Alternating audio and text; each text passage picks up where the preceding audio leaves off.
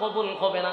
যারা নবীর সঙ্গে দুশমনি করছে, যারা ছিল ফাসিক, তাদের জন্য আপনার বন্ধু যায় দোয়া করতে, আপনারা নিষেধ করলেন। ওমর বারবার আসমানের দিকে তাকায় পেরেশান হয়ে গেল, পাগল হয়ে গেছে। হযরত ওমর সহ্য করতে পারতেছে না, নবীর উপর দিয়া কথাও বলতে পারতেছে না, নবীরে নিষেধও করতে পারতেছে না। হঠাৎ করে আল্লাহর পয়গম্বর যখন মাটি দেওয়া শেষ হয়ে গেল, পয়গম্বর দুইটা হাত উত্তোলন করবে, ঠিক এই মুহূর্তে জিবরাইল নবীর সামনে হাজির। জিবরাইল হাজির হয়ে গেছে।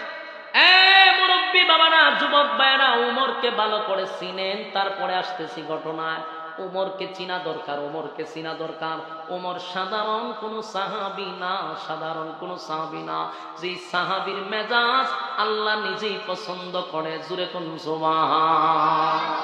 হযরত উমর তাকায়া দেখে আল্লাহর পয়গম্বরের সামনে হয়তোবা জিবরাইল দাঁড়ায় আছে, নবী কথা বলতেছে, নবী কথা বলতেছে। এমনি জিবরাইল নবীর সামনে দাঁড়ায় কয়, হুজুর হাত নামান, আপনি হাত নামান, দোয়া করবেন। পরে আগে শুনুন আমার আল্লাহ কি বলছে। আপনার ওমরের সিদ্ধান্তটা আমার আল্লাহর কাছে বড় পছন্দ। একটা জবান বন্ধ রাখবেন না। জোরে কোন আল্লাহু আকবার, আরো জোরে কোন আল্লাহু আকবার। এই ইমানের আওয়াজ দিয়ে বলেন আল্লাহু আকবার। উমর কেমন সাহাবী,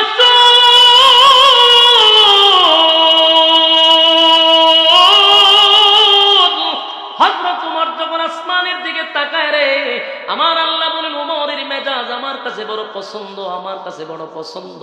উমর যা চায় আসমান থেকে তা ফয়সালা হয়ে যায়।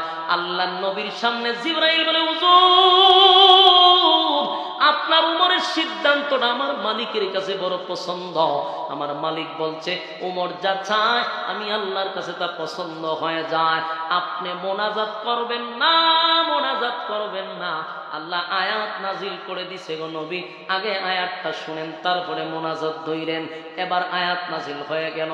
আল্লাহ বলেন, ওয়ালা তুসাল্লি আলা আহাদিন মিনহুম মাতা আবাদাও ওয়ালা তাকুম আলা কবরি। আয়াত কারীমা নাজিল হয়ে গেল, ওয়ালা তুসাল্লি আলা আহাদিন মিনহুম মাতা আবাদাও ওয়ালা তাকুম আলা কবরি। আয়াতটা যখন নাজিল হয়ে গেল, হযরত জিবরাইল বলেন, হুজুর আল্লাহ বলছেন ওয়ালা তুসাল্লি, ভবিষ্যতে নেক্সট টাইমে পরবর্তীতে কোনোদিন আর আপনি মুনাফিকের জানাজা পড়তে পারবেন না। বলুন সর্বপ্রথম ওমর কি চাইছিল? কথা কয় না, ওমর জানাজার নামাজ পছন্দ করে নাই গো। মুনাফিকের জন্য জানাজার নামাজ উমর পছন্দ করে নাই, করে নাই, করে নাই। আল্লাহ চিরস্থায়ী মুনাফিকের জানাজা বন্ধ করেছে, চিরস্থায়ী। কিয়ামত পর্যন্ত মুনাফিকের জানাজা কেউ করতে পারবে না। এক উমরের সিদ্ধান্তে কিয়ামত পর্যন্ত মুনাফিকের জন্য জানাজা বন্ধ। ওয়ালা তুসাল্লি আলা আহাদিন মিনহুম মাতা আবাদা ওয়ালা তাকুম আলা কবরি। আল্লাহ বলেন ভবিষ্যতে আর কোনোদিন মুনাফিকের জন্য আপনি জানাজা পড়বেন না, জানাজা পড়বেন না। এখানেই শেষ না, আল্লাহ বলেন পরের অংশে, ওয়ালা তুসাল্লি আলা আহাদিন মিনহুম মাতা আবাদা ওয়ালা তাকুম আলা কবরি। আল্লাহ বলেন শুধু জানাজা নয়, মুনাফিকের কবরের সামনে দাঁড়াইয়া আপনি কোনোদিন দোয়া করবেন না। চিৎকার দিয়া কোন সুবহান।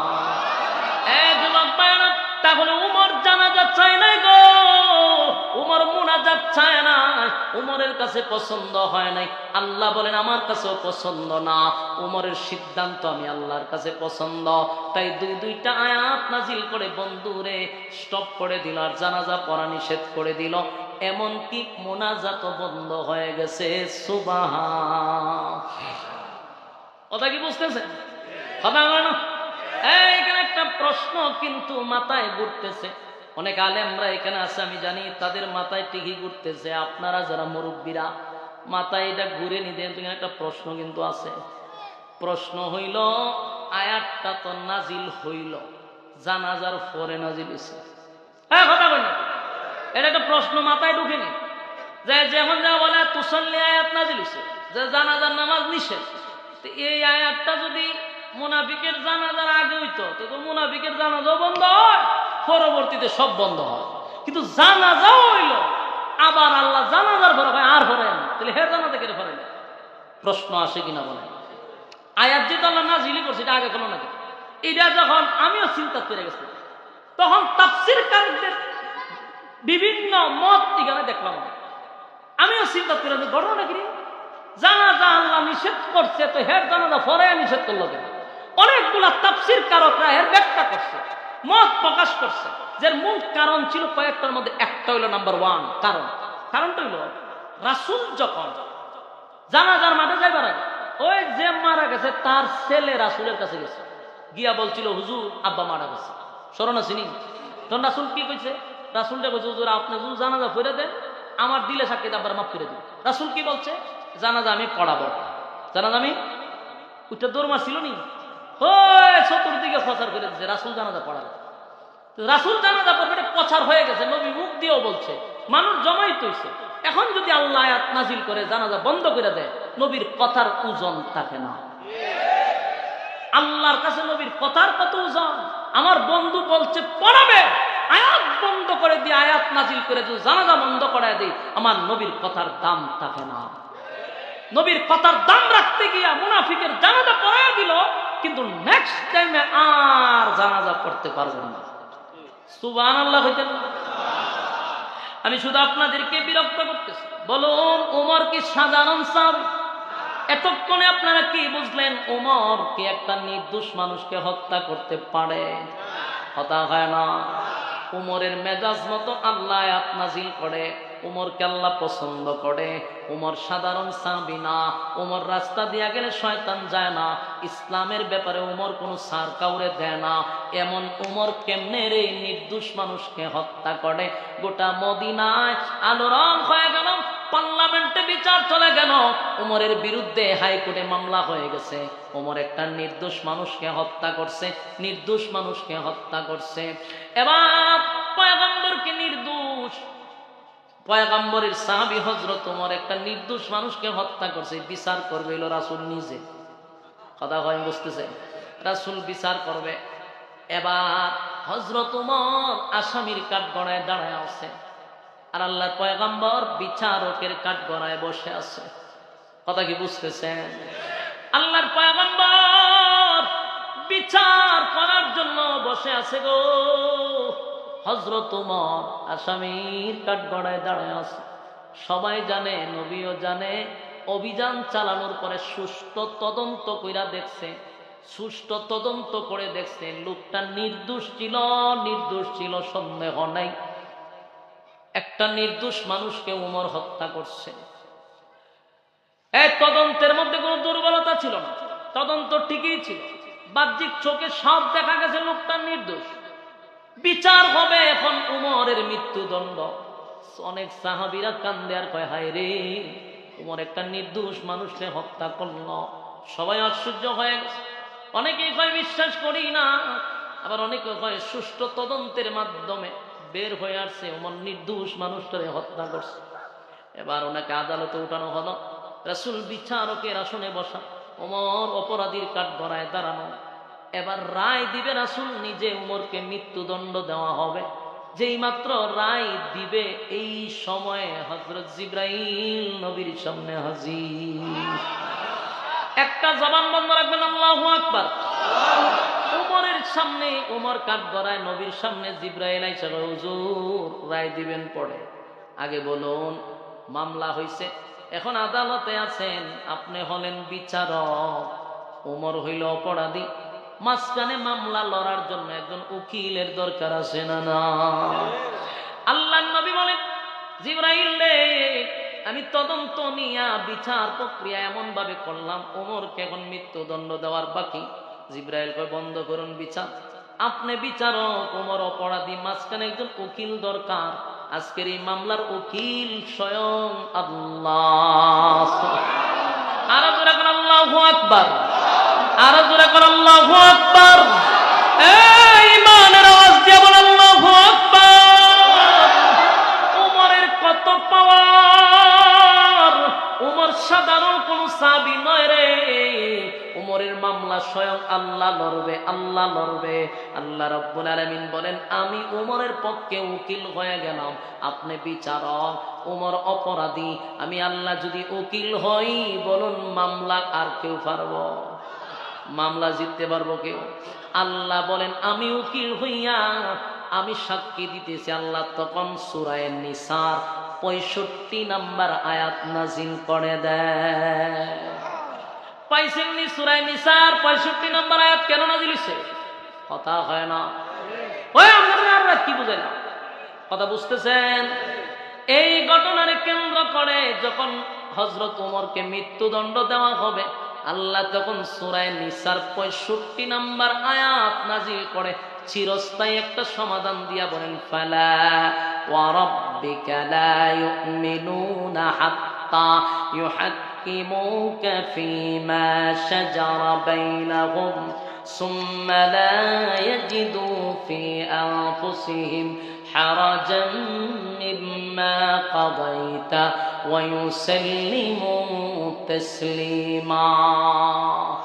আমার যুবক ভাইরা, আল্লাহর নবী বলেন, আমি যখন বিচারের রায় দিব তখনই আয়াতটা নাজিল হয়ে যায়। সূরা নিসার 65 নম্বর আয়াত নাজিল করিয়া আল্লাহ নিজেই মামলার রায় দিয়া দেয়। ফালা ওয়া রাব্বিকা, দিলের কান লাগায় শুনেন, আল্লাহ বলেন ফালা ওয়া রাব্বিকা, কসম, আপনার রবের কসম। একটা কসম করে আল্লাহ বলেন, পয়গম্বর আপনার রবের কসম করে বলি, আপনার রবের কসম, সারা মদিনার মানুষ জানে গো, উমর একটা নির্দোষ মানুষকে হত্যা করছে। আমি আল্লাহ বলছি, ফালা ওয়া রাব্বিকা, আপনার রবের কসম, আপনার উমর নির্দোষ কোনো মানুষকে হত্যা করে নাই, উমর একটা দোষী মানুষকে হত্যা করছে। চিৎকার দিয়ে কোন সুবহান। আমার যুবক ভাইরা, দিলের কান লাগায় শুনে,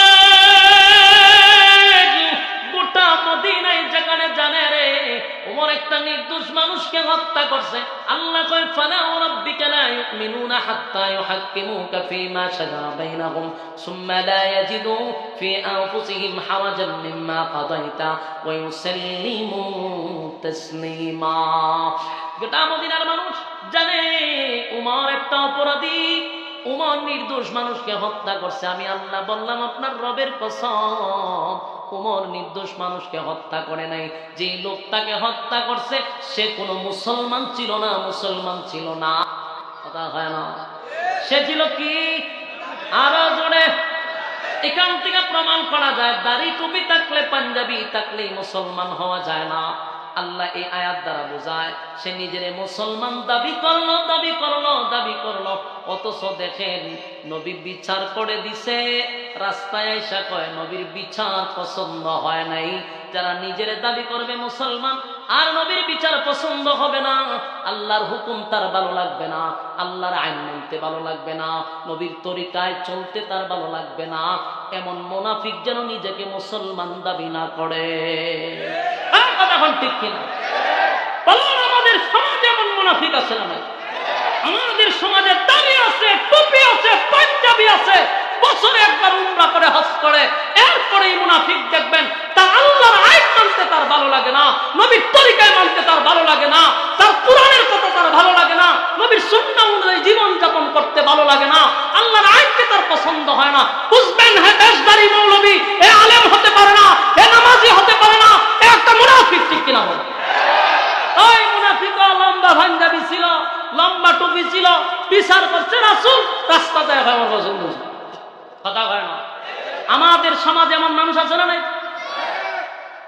অনেক মানুষ যদি আঙ্গুলটা ধরাই দেয় তাহলে আপনারা আরো স্পষ্ট হইতেন, কিন্তু ভাবতাছি না ধরাই দিতাম। উল্লেখযোগ্য ব্যক্তিরা আছে নিজের মুসলমান দাবি করে, আমার নবীর তরিকা তার ভালো লাগে না, আল্লাহর আইন বাস্তবায়ন হোক এমন অনেক মুসলমান আছে, এটা চায় না। আর আল্লাহর আইন যদি বাস্তবায়ন হয়, এদেশে মদ চলবে না, জুয়া চলবে না, নারীবাদী চলবে না, সাদাবাদী চলবে না, এদেশে দর্শন চলবে না। মুনাফিকরা জানে, এরপর মুসলমান দাবি করে, আল্লাহর আইন জমিনে বাস্তবায়ন করতে দেয় না। এরা কি মুসলমান না মুনাফিক? এমন মুনাফিককে হত্যা করা উমরের জন্য জায়েজ ছিল। এটা কোনো অন্যায় করে না, কারণ মুনাফিক হলো সমাজের বাইরা। আর ভাইরাস ধ্বংস করার জন্য উমর ব্যবস্থা নিচ্ছে, সমাজ থেকে ভাইরাস দূর করছে। উমর কোনো অপরাধ করে নাই, কারণ উমরের বক্তব্য এখানে ছিল স্পষ্ট, অস্পষ্ট নয়। উমরের কথা হলো, এই কথাটা যদি ইহুদি বলতো, আল্লাহর কসম তারে মারা আমার জন্য জায়েজ ছিল না, তারে মারা আমার জন্য অপরাধ ছিল। যদি উমর মুসলমান নামদারি জায়গাটা ইহুদিরে মারত, উমরকে মৃত্যুদণ্ড দেওয়া হতো, আল্লাহ আয়াত নাযিল করতো না। কারণ মুনাফিক যদি, ইহুদি যদি বলতো নবীর বিচার পছন্দ হয় নাই, এই অপরাধে উমর ইহুদিরে মারতে পারত না। কারণ একজন ইহুদির কাছে নবীর বিচার পছন্দ হবে না, এটাই তো স্বাভাবিক। একজন বিধর্মীর কাছে ইসলামের আইন পছন্দ হবে না, এটাই তো স্বাভাবিক। কিন্তু কেউ যদি কয় আমি মুসলমান আর কয় নবীর বিচার পছন্দ হয় না, বুঝতে হবে এখানে সমস্যা আছে। সে মুসলমান দাবি করে, ইসলামটাকে ধ্বংস করতে চায়, এমন ষড়যন্ত্রকারীকে ইসলামের স্বার্থে হত্যা করা দরকার। তাই উমর হত্যা করেছে। আল্লাহ রায় দিছে, উমরের মামলা ডিসমিস, শেষ। সুবহানাল্লাহ। আল্লাহ এই কথাগুলির উপরে বলনেওয়ালা সহ শুননেওয়ালা সহ উভয়কে সহিভাবে আমল করার তৌফিক দান করুন। সকলে বলে আমিন। আল্লাহুম্মা সাল্লি আলা মুহাম্মাদিন ওয়া আলা আলি মুহাম্মাদ কামা সাল্লাইতা আলা ইব্রাহিম। আল্লাহুম্মা, 1.5 ঘন্টা, প্রায় 2.5 ঘন্টার কাছাকাছি বুঝলাম না। আল্লাহুম্মা সাল্লি আলা, আমি অসুস্থ ভাই, 2.5 ঘন্টা, এরপরে জুলুম হয়ে যাবে। আরে কেন একটু করে শুরু করবেন ভাই, আমার গলায় তো ধরতে, আমি অসুস্থ কই আপনারা বয়ান শুরু করলাম, আপনারা কি আমার জুলুম করবেন নাকি? এতক্ষণ দৌড়ে আসছে আপনার এই জুলুম করে, এত সুন্দর করে আলোচনা করলাম, প্রায় 2.5 ঘন্টার কাছাকাছি, 15 মিনিট পরে 2 ঘন্টা হইব। এখন যদি আপনারা জুলুম করেন তো এটা মারাত্মক। আরে ভাই, আমার এই মাইকটা আপনি কি বয়ান হচ্ছে করতে আমার কষ্ট হয়েছে, এই মাইকটা আপনি আদান শুনতেছেন, আবার মাইকে বেশ সমস্যা। যে কোনো একটা মাইকে না আমার ধরাই দিবেন আর করবেন ফাটাই আল্লাহ। সব মাইক দিয়া সব কিছু হয় না। আমি ওয়াজ করছি, আমার জিব্বা বেরিয়ে গেছে, এত কষ্ট হয়েছে। এখন যদি আপনারা আমার উপর জুলুম করেন তো এটা আমি মনে হয় জুলুম করতেছি। সবকিছু আবেগ দেওয়া হয় না, কথা তো আমি কই, আপনারা তো সুবহানাল্লাহ কইতেছেন না, আপনারা কষ্ট হয়। আর আমি এতক্ষণ চিল্লাইছি, এখন যদি আরো করে